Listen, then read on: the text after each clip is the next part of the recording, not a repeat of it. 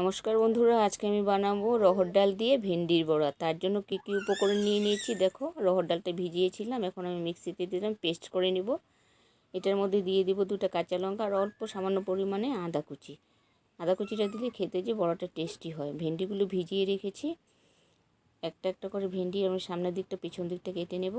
যেখানেও ভালো করে ধুয়েও নিয়েছি, সামনের দিকটাও কাটবো, পিছন দিকটা কেটে নিয়েছি। দেখো মাঝখানে একটু 4 ফালটা করে দিয়েছি যাতে ডালটা ভালো করে ঢুকে। একটু নুন মেখে রেখেছিলাম, আর ডালটার মধ্যে দিয়েছি তোমার কালো জিরা, নুন, হলুদ।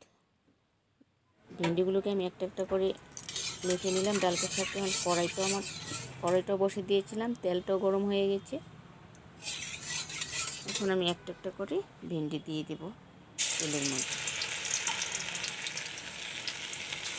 বড়া সবসময় ডুবা তেলের মধ্যে ভাজতে হয়, তবে বড়া খেতেও টেস্টি হয়, আর বড়া ভাজতে তেলটাও তখন কমই লাগে। এটা প্রায় হয়েই আসছে, আমার দেখতে খুব সুন্দর লাগছে। নিরামিষের খাওয়ার জন্য এটা খুব সুস্বাদু খাওয়া। বড়া হয়েই প্রায় আসছে আমার, দেখে নাও। লাল লাল করে ভেজে নেব।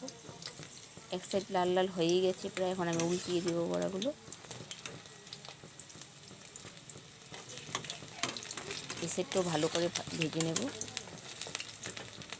দেখতে খুবই সুন্দর লাগছে, খেতে কেমন হবে? খেতে মনে হয় ভালোই লাগবে। আমি আগেও খেয়েছি বানিয়ে। রহর ডালের দিয়ে কারি পাতার বড়া খেতেও ভালো লাগে। ভিডিওটি যদি ভালো লাগে লাইক, শেয়ার, কমেন্ট করবে।